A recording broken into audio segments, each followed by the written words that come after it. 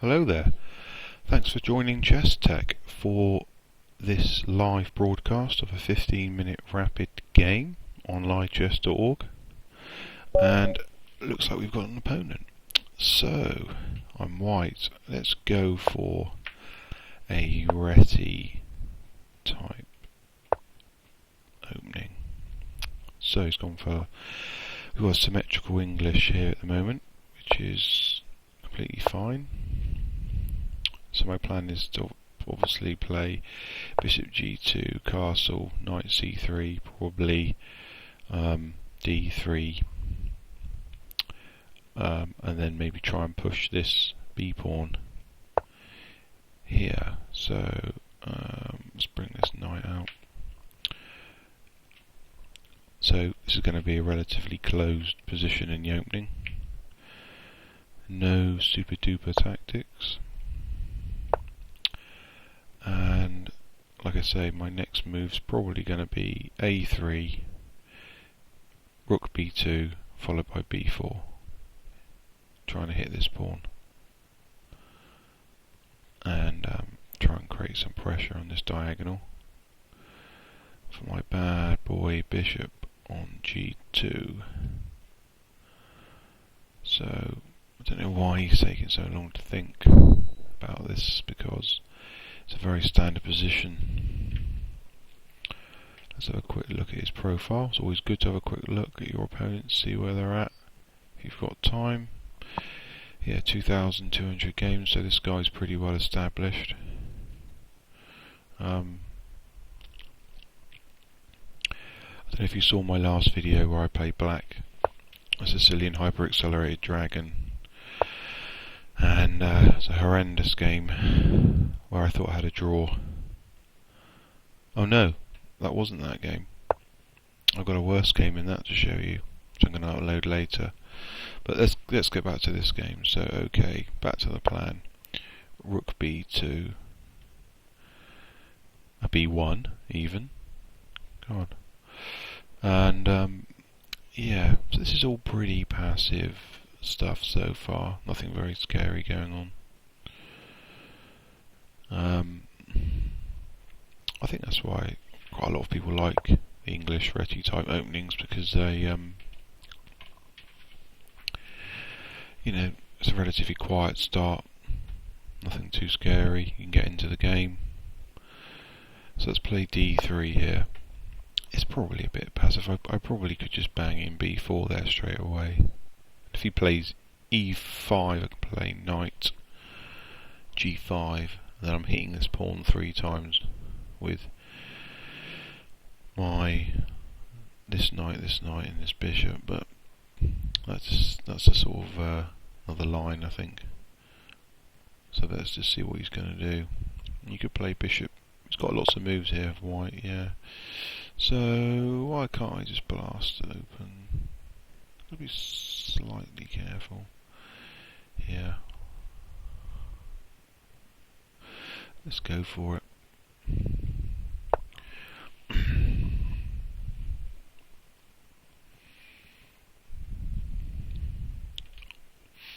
I quite like this position personally. It may not be 100% accurate. You know, I've got good development for all my pieces. Nice open lines for my bishop. My knights are active. It's not winning or anything, or I don't even think I've got an advantage. I just think it's a relatively simple position to play for white. You know, if you like this sort of stuff. I used to go in for really, really brutal tactical openings, but I think, I don't know, say as you get older you mellow a bit, but I just find that when you play incredibly risky, sharp tactical openings, especially if you're going to play in a long game, then you're risking losing out off the bat, you know, before you even had a chance to get into it. Now, I am going to play. It's very interesting, actually. I could just take that with my pawn. Try and steamroller down the board with both of them. I could take it with my knight. It's a beautiful outpost for my knight. Targeting this pawn. I mean, he can easily defend it, but I quite like putting my knight on that square. I could take it with a rook and then aim to play something like bishop g5, queen c2, rook b1, pressuring this pawn. And decisions.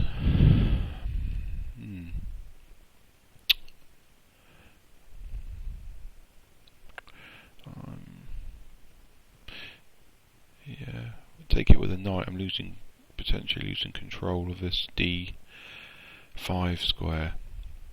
And you could play d5, pawn takes, knight takes, and then I'd have a knight. I mean, I've got this pawn on this file here, which looks a little bit lonely, but it's not the end of the world.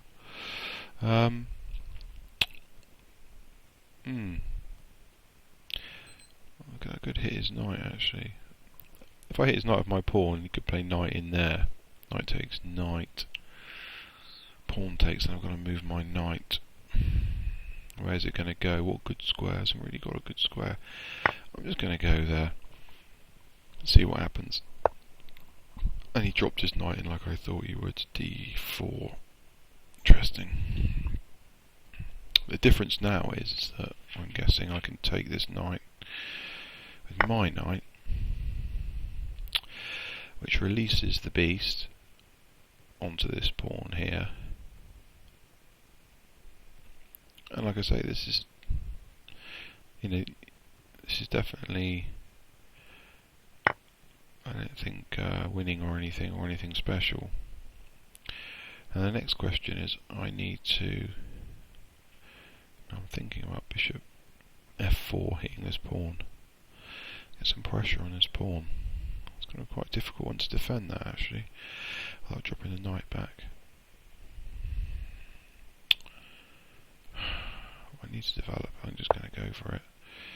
When they think, yeah, drop the knight back. Okay. Well, this is interesting actually.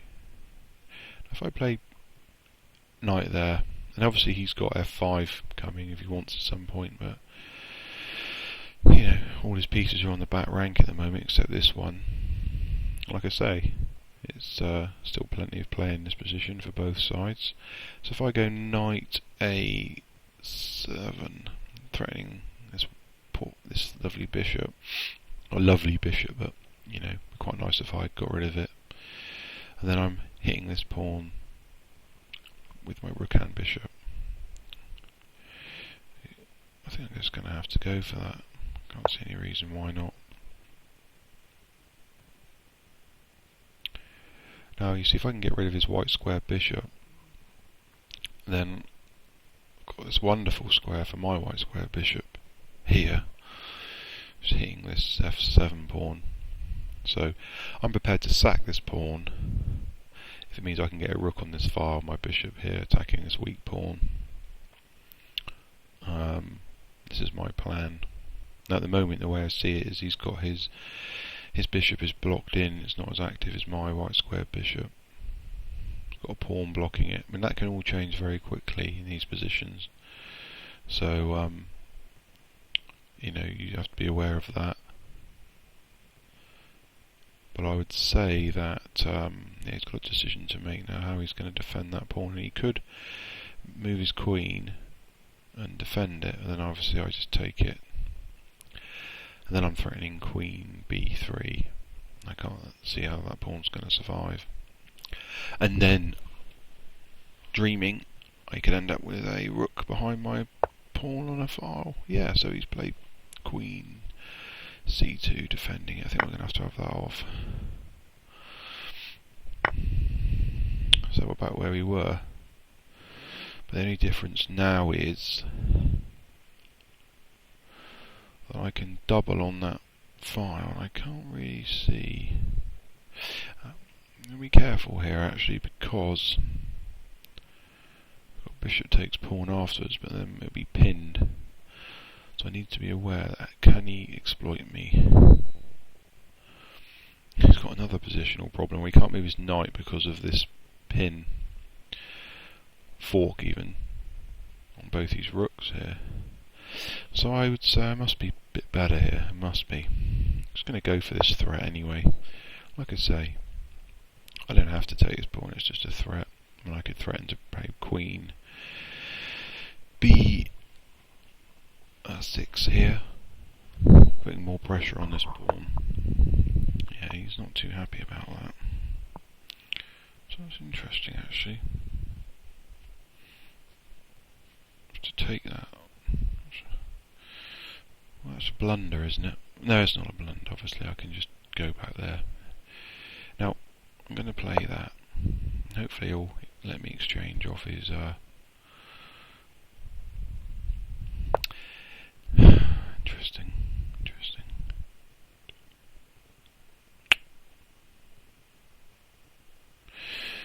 Right, so bishop takes pawn.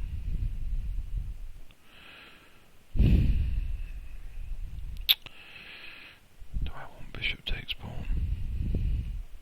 How can he exploit that? So bishop takes pawn. Rook out.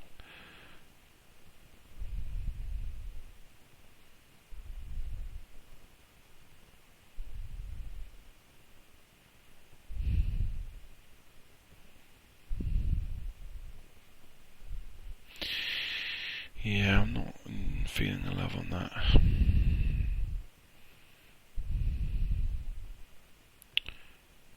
I just haven't quite got enough pressure there. It's just a slightly risky move to play bishop takes pawn. I mean, a computer might play it. They'll probably get away with it. Bishop takes pawn. Rook out. Pawn up. Yeah, it's no good. Because I can't move my queen afterwards, you see, because then I lose 2 pieces.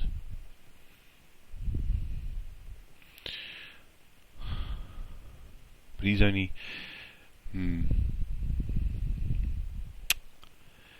gut feeling is I just need to double on this file.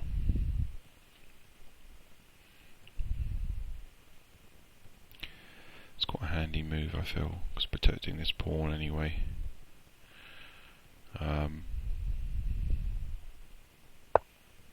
Yeah, I thought he'd play that. God, I must be. It's almost like we're in. He's going to play his rook up to here, protecting this. No, he's not. Come on, this just can't be right. I must have. I'm blowing this position. I'm blowing this position. I feel like I am.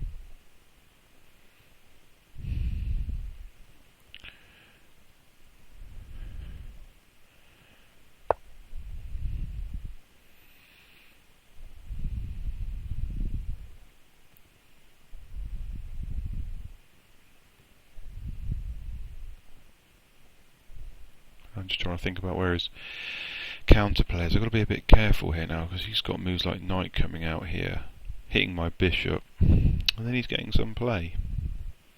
And I'm very tempted to have this knight off actually, because his bishop's a bit pants at the moment. His dark square bishop. I can't really see it's doing an awful lot.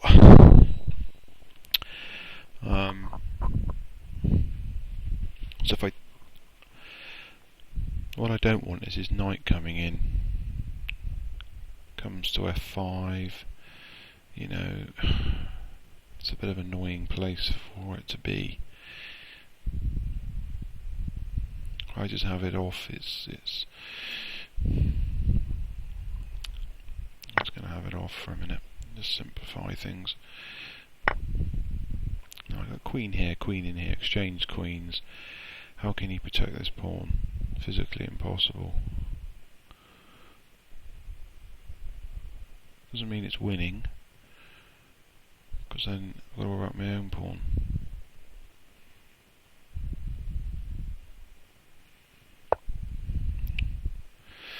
I've got to watch this pawn as well. Getting carried away.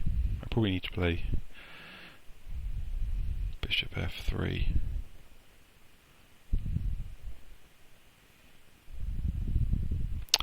If I just missed a4 here, a5 here, why didn't I just play e5 then? He can't take because... oh no, it doesn't work, does it? Queen takes rook. Rook takes queen, rook takes... rook check, bishop. So that'd be 2 rooks. Yeah, it's not quite enough.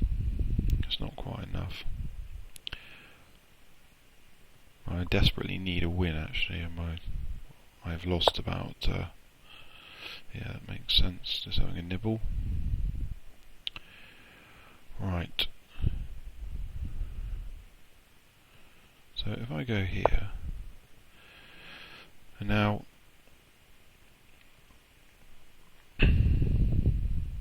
my plan is that if we exchange queens, and then threatening a5,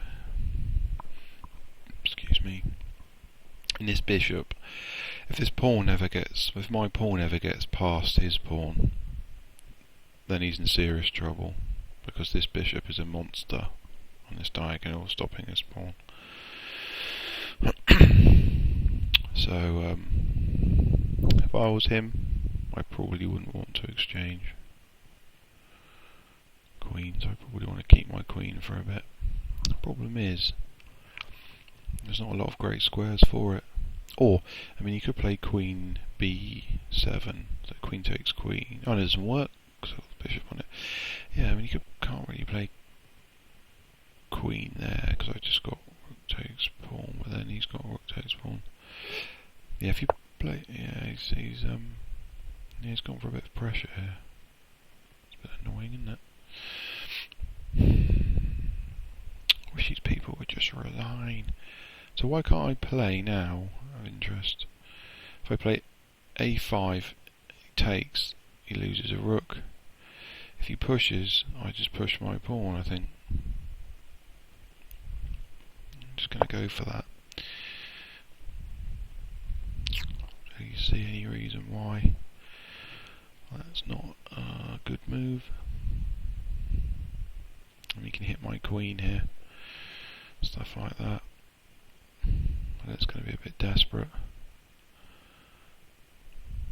I mean, this queen and bishop actually are... this is outrageously powerful. Yeah.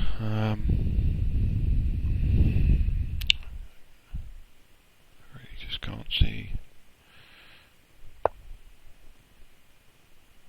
It's not a very nice position, so he still can't take this pawn.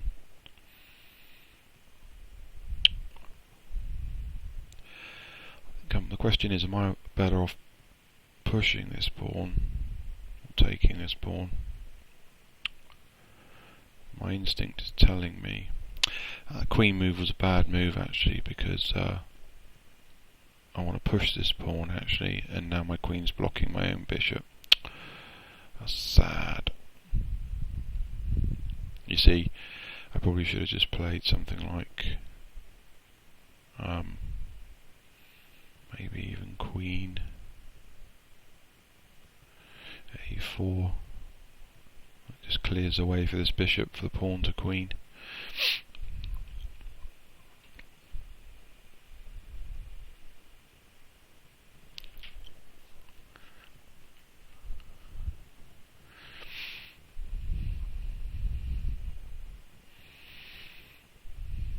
When you've got positions like this, I think it's important to not get into time trouble, because this is how you... I mean, I'd be interested to see what the comp thinks of it, but white must be close to winning here. But you can blow these positions under time pressure. 2 moves you could blow this position, blunder something and get mated. Yeah, so it's gone for that. So if I take pawn takes, well actually I could just play rook takes pawn, rook takes rook, pawn takes pawn, 2 joined pawns, open file. And he's obviously like to play c4, but if I have his rook off, and then we're going to minimise any naughty little mating threats, aren't we? That's got to be difficult to stop.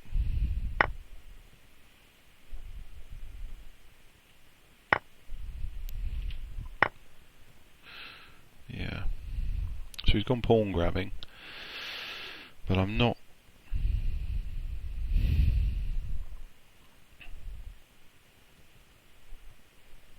Yeah, that's a bit of a blunder there. Trying to think why I can't actually play Queen B7, and then he's going to move the rook. Got no threats here. Queen B7, Bishop D5.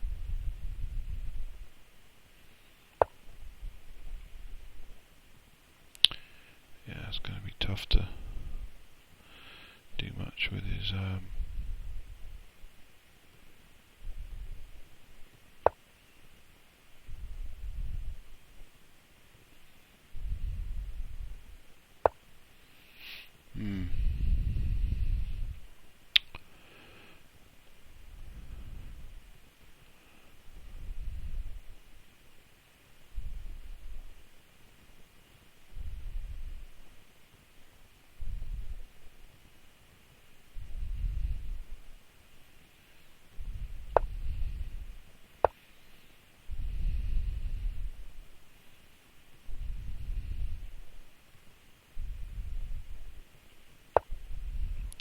I'm just going to go for this.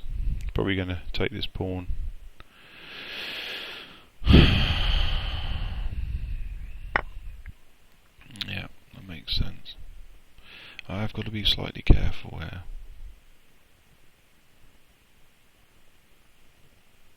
I can't really see. I'm making a mess of this. There's no doubt about this. I've got to be very careful here now. But then again, I mean, I've got to be careful. Cheapos like his pawn coming down here, mating threats. Sacrifice his rook for my bishop, and then mate me on here. I just think that I'm hoping he's just going to be a bit too slow to get this bishop in the game. I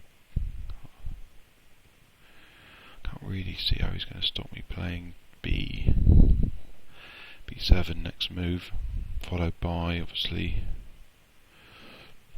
like I say, it's going to be tough. It's going to be tough to get in amongst his king with this Fianchetto bishop there if we're under time pressure.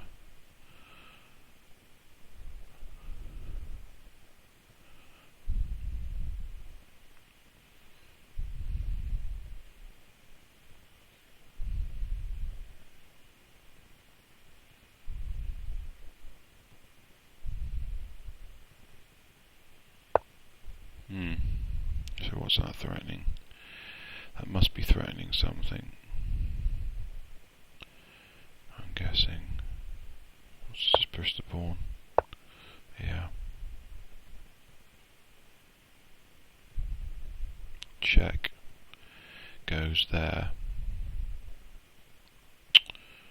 He's going to have his own pawn. Wants to have his own queen, doesn't he? Can I stop that pawn queening? There. Oh, let's have a queen. Don't know why he hesitated even then. It's ridiculous. Yeah.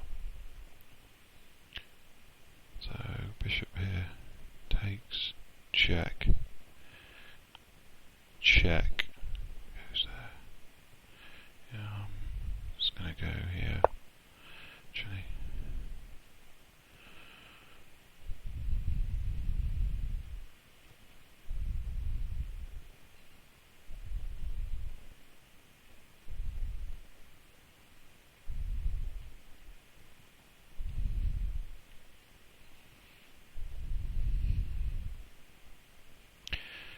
Yeah, I mean, I've completely played this like an absolute patzer to